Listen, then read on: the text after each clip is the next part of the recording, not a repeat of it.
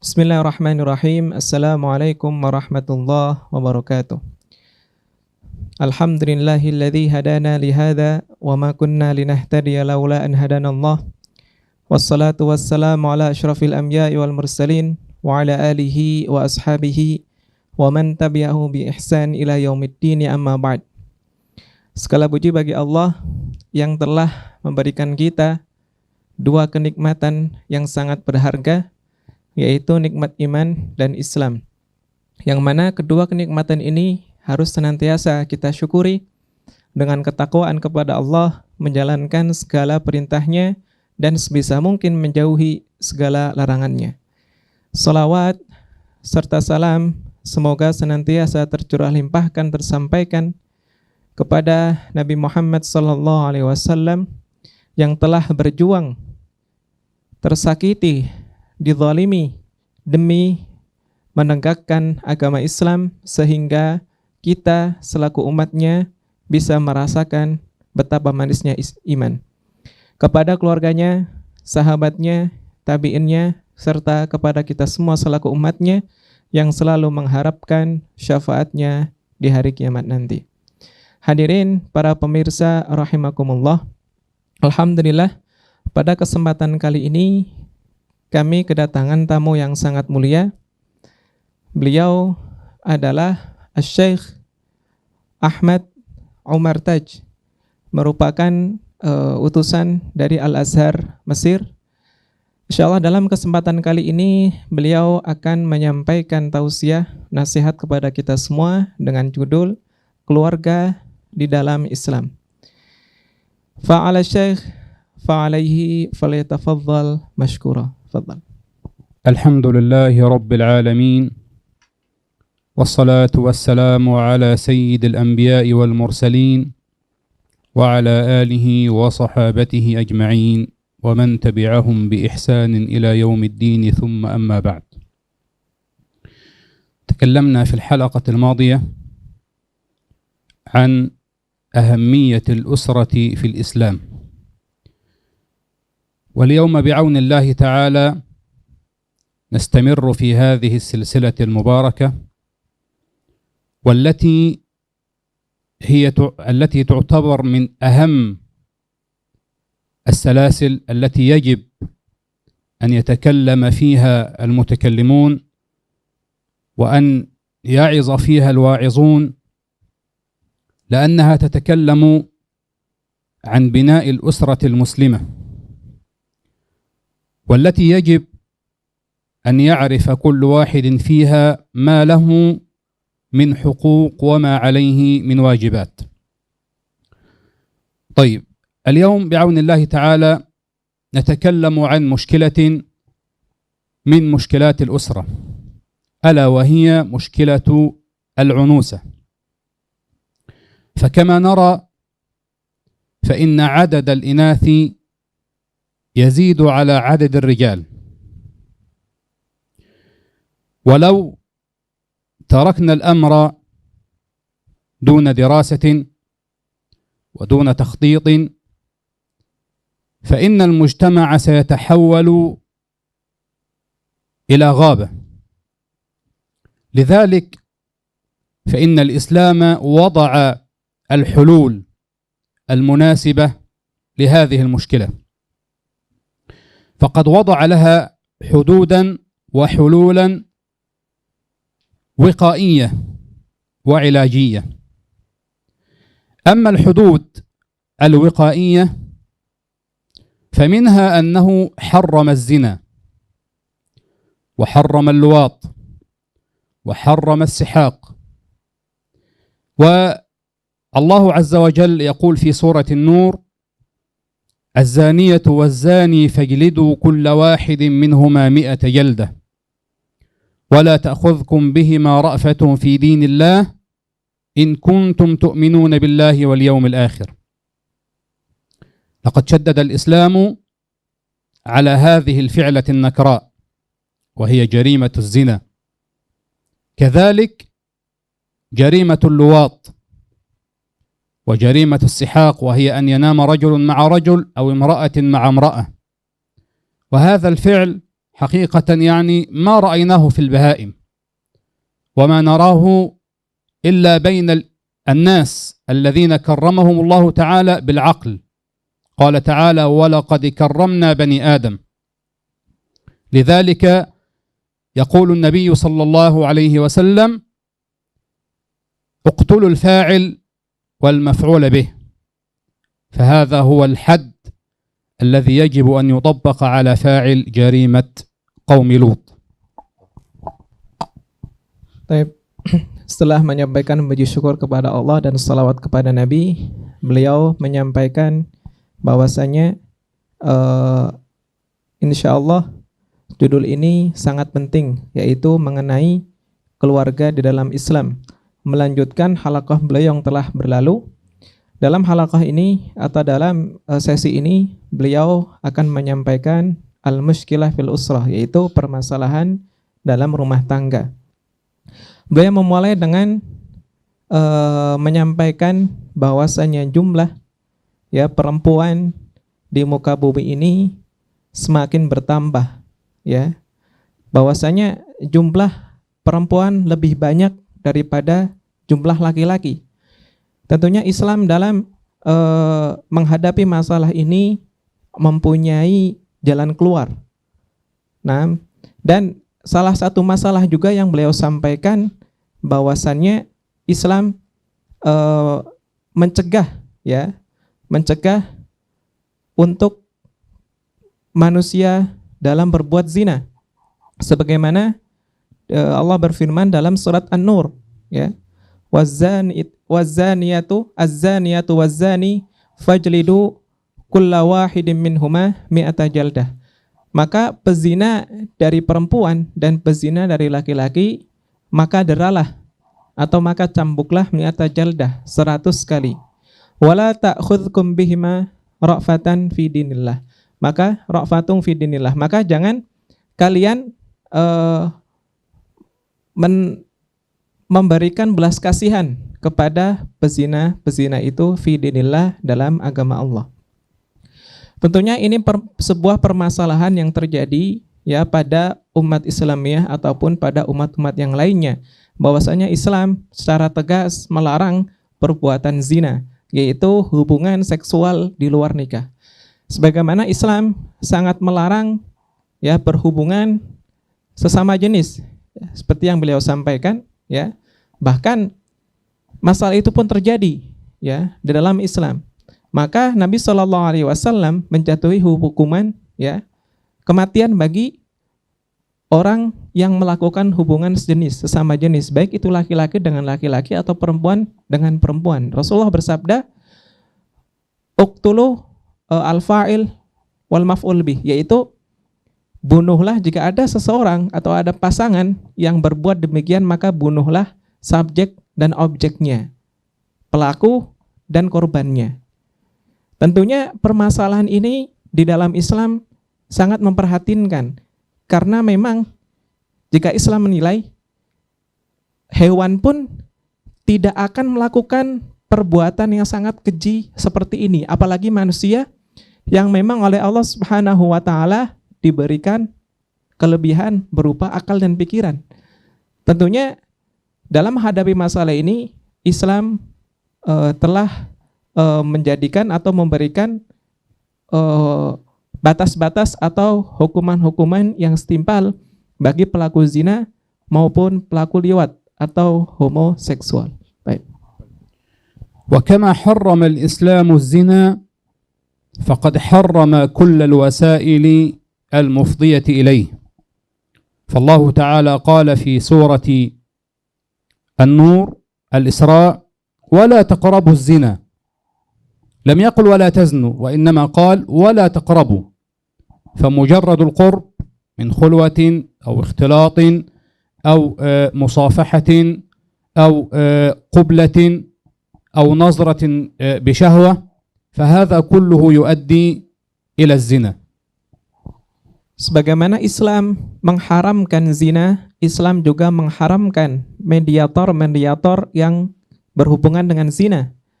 Allah Subhanahu wa taala berfirman, "Wala taqrabuz zina." Janganlah kalian mendekati zina. Di sini Allah Subhanahu wa taala tidak mengatakan jangan berzina, tapi jangan mendekati zina. Itu menunjukkan bahwasanya ayat ini melarang perbuatan apapun yang mendekatkan seorang muslim kepada perzinaan. Entah itu khalwah, misalkan berduaan, atau berpacaran yang sering terjadi ya di umat Islam ya, khususnya di Indonesia. Kemudian an-nadhar ya, melihat lawan jenis dengan syahwat, berjabat tangan ya, ataupun kublah, mencium sesama jenis yang bukan mahram atau lawan jenis yang bukan mahram, itu merupakan wasilah-wasilah atau mediator yang menunjukkan atau mendekatkan kepada zina, maka Islam mengharamkannya. وكذلك من الوسائل التي وضعها الإسلام لمحاربة العنوسة وتقديم وسائل العون لمن يرغبون الزواج، فقد ركز الإسلام في الصفات المطلوبة للزوجين على التقوى والصلاح. قال النبي صلى الله عليه وسلم في شأن الرجل: إذا جاءكم من ترضون دينه وخلقه فزوجوه. وقال في شأن المرأة: تنكح المرأة لأربع: لمالها وجمالها وحسبها ودينها فاظفر بذات الدين تربت يداك. Baik, maka dalam masalah ini Islam menganjurkan bagi seorang muslim yang telah balik untuk menikah. Ya. Karena menikah dapat menyelesaikan masalah-masalah perzinaan, masalah-masalah liwat atau homoseksual. Karena dalam pernikahan terdapat hubungan yang akan diberkahi.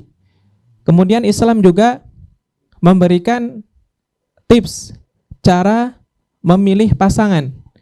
Nabi SAW bersabda, "Tunkahul mar'atu li arba'." Wanita dinikahi untuk 4 perkara. Yang pertama limaliha, karena hartanya. Kemudian yang kedua lijamaliha, untuk kecantikannya. Kemudian yang ketiga linasabiha, untuk keturunannya. Dan yang keempat yang paling penting lidiniha, untuk agamanya. Kemudian di sini Nabi menekankan fadfar bidzatiddin taribat yadak. Maka beruntunglah orang yang menikahi atau seorang laki-laki yang menikahi perempuan karena agamanya taribat yadak, maka dia akan beruntung. Ya, di sini Islam menganjurkan jika seseorang ingin terlepas dari masalah-masalah keluargaan, perzinaan, liwat, pacaran dan sebagainya, maka Islam di sini menganjurkan untuk menikah. Ya, dengan 4 poin di sini dalam memilih pasangan kriteria, ya 4 kriteria dalam memilih pasangan hidup, yaitu dipilih dari hartanya, dari kecantikannya, dari keturunannya. Tapi Rasulullah di sini yang keempat menekankan yang keempat lidiniha. Maka seseorang jika menikahi perempuan karena agamanya, karena akhlaknya, maka taribat yadak, dia akan beruntung. Baik, Syekh. وللتقريب في هذه المسألة فقد أباح الإسلام للرجل أن يعرض ابنته على أهل الصلاح، فهذا هو سيدنا شعيب يعرض على سيدنا موسى ابنته ويقول له: إني أريد أن أنكحك إحدى ابنتي هاتين. وهذا هو سيدنا عمر رضي الله عنه يعرض ابنته أيضا على سيدنا أبي بكر وعثمان. بل أباح الإسلام للمرأة أن تعرض نفسها على الرجل إذا رأت فيه الصلاح والأخلاق العالية، فكما حدث مع النبي صلى الله عليه وسلم من المرأة التي جاءت إليه وقالت: يا رسول الله إني وهبت نفسي لك. هذا كله إن دل فإنما يدل على تيسير الإسلام في موضوع الزواج للبعد ولسد الطرق أمام الحرام. Untuk memudahkan terlepas dari masalah perzinaan, maka Islam membolehkan para wali untuk menawarkan anak perempuannya kepada seseorang atau kepada laki-laki yang memang dilihat akhlaknya bagus dan baik ataupun soleh. Di sini terjadi ketika Nabi Syuaib ya menawarkan kedua putrinya kepada Nabi Musa, ya Allah Subhanahu wa taala berfirman, "Inni," ya mengisahkan kisah Nabi Syuaib dan Nabi Musa, "Inni uridu an unkihaka ihdabnatayya hataini." Aku ingin menikahkan engkau dengan kedua putriku ini. Ya, kemudian para sahabat pun sama. Contoh Umar menawarkan putrinya kepada Abu Bakar, ya, ataupun kepada Utsman. Begitupun Abu Bakar menawarkan kepada Nabi, ya, menawarkan putrinya kepada sahabatnya sendiri. Dan juga Islam membolehkan seorang perempuan yang memang ketika tertarik kepada seseorang yang salih, yang baik akhlaknya, baik budi pekertinya, boleh untuk menawarkan dirinya untuk dinikahi. Hal ini terjadi kepada sahabiyah. Ketika itu datang kepada Rasulullah SAW, ia berkata, "Ya Rasulullah, inni wahabtu nafsi lak." Ya Rasulullah, sesungguhnya aku memberikan diriku kepadamu. Jadi sahabiyah ini menawarkan dirinya untuk dinikahi oleh Nabi SAW. Ketika itu Nabi sempat melihatnya, ya, kemudian tapi Nabi terdiam untuk lanjutan kisahnya. Kemudian ketika Nabi terdiam, ada sahabat lain ketika melihat Nabi terdiam, Nabi belum mau untuk menikahinya, maka sahabat ini berkata, "Ya Rasulullah, jika engkau belum menyukainya, maka perempuan itu untukku." Dan sampai hadis selanjutnya. Jadi dalam menyikapi masalah ini Islam memberikan solusi, itu untuk menikah. Jika kesusahan untuk menikah, maka para wali dibolehkan untuk menawarkan putrinya kepada orang yang memang salih, ya, sehingga masalah perzinaan, masalah pacaran, liwat dan sebagainya bisa terbebaskan atau bisa hilang daripada keluarga Islami tersebut. Baik. كذلك يسر الإسلام فجعل بين من يريدون الزواج الخطبة ليسمع كل واحد منهما للآخر وليتعرف عليه، ثم بعد ذلك لهما الحق في أن يكمل الزواج أو يفسخ هذه الخطبة. لكن أن يكون الزواج نفسه مثل الخطبة كتجربة فهذا طبعا لا يجوز، لأن الزواج مبني على الاستقرار والاستمرار والتأبيد. هذه واحدة. الثانية، جعل الإسلام السهولة ويعني وقلة المهر وقلة التكاليف في الزواج هي المشكلة التي يجب أن نعالجها جميعا. فقال النبي صلى الله عليه وسلم: أقلهن مؤنة أو مهرا أكثرهن بركة. لذلك يعني نريد من أولياء الأمور أن يخففوا على الشباب وألا يزيدوا في التعقيدات، فلقد يسر الله علينا وجعل الزواج من أسهل ما يكون حتى نسد الباب إلى الحرام والعياذ بالله. Kemudian solusi yang lain yang ditawarkan oleh Islam agar terhindar seseorang atau pasangan dari perzinaan, liwat, ya, pacaran dan sebagainya, ada syariatkannya ta'aruf, yaitu perkenalan sebelum pernikahan, dan nazar, melihat. Selayaknya seorang laki-laki jika ingin menikahi seorang perempuan yang ia cintai, yang ia idamkan, seyogyanya agar dia melihat terlebih dahulu. Setelah nazar, ketika ia merasa cukup, merasa cocok, kemudian dilanjutkan kepada ta'aruf. Nah, ta'aruf ini tidak langsung kepada perempuan itu, tetapi kepada bapaknya. Ketika ta'aruf, ya, sudah terlaksana, maka Islam mengajarkan untuk khitbah sebelum pernikahan, ya, yaitu khitbah agar apa? Agar perempuan yang ia telah pilih itu tidak diambil oleh laki-laki lain. Karena di sini dilarangnya seseorang menikahi perempuan yang sudah dikhitbah oleh saudaranya. Itu solusi Islam yang dianjurkan. Ketika sudah khitbah, kemudian sudah mampu untuk menikah, maka hendaklah segera untuk menikah. Kemudian solusi yang kedua, Islam menganjurkan kepada para wali untuk mempermudah, untuk memperingan mahar kepada para pria tentunya yang ingin menikahi putrinya. Karena masalah yang timbul di dalam umat Islamiyah ya, di Indonesia ataupun di negara-negara yang lain, mereka mengakhirkan pernikahan sampai umur-umur yang memang sudah terlambat untuk menikah. Salah satu akibatnya adalah salah satu sebabnya itu karena beratnya mahar yang harus dibayarkan kepada wali daripada perempuan tersebut. Maka seharusnya seorang wali agar mempermudah ya mahar untuk seseorang yang memang ia lihat akhlaknya baik dalam menikahi putrinya ya, agar seseorang ini terhindar dari sesuatu kemaksiatan, yaitu berupa pacaran, khalwah ya, ataupun perzinahan.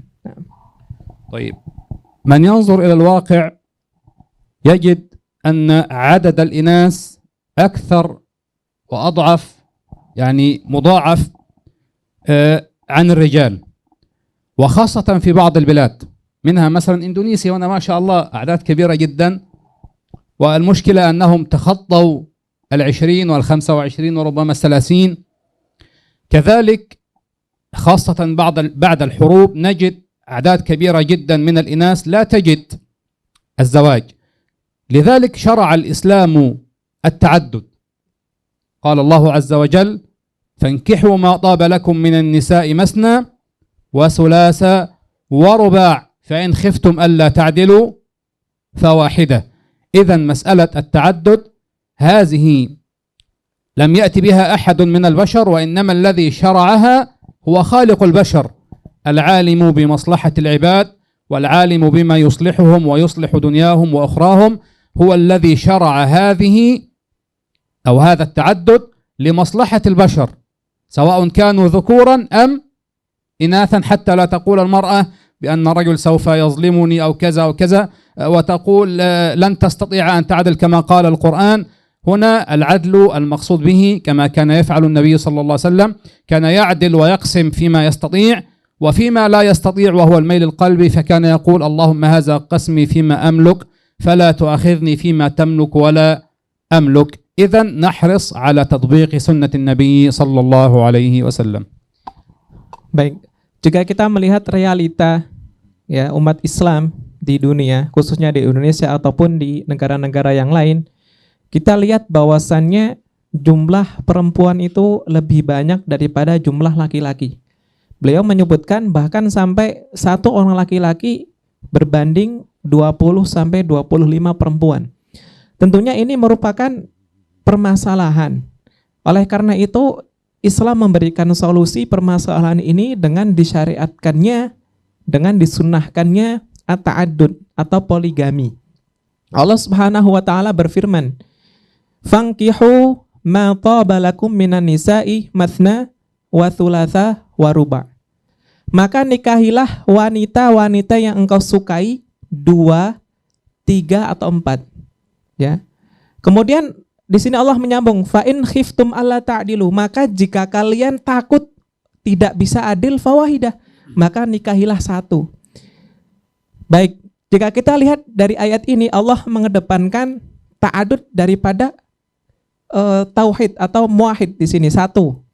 Allah mengedepankan nikahilah perempuan yang engkau sukai 2, 3 atau 4. Maka jika engkau takut tidak bisa berbuat adil, maka satu. Jadi jika seseorang bisa untuk adil, maka hendaknya dia menikah lebih dari satu.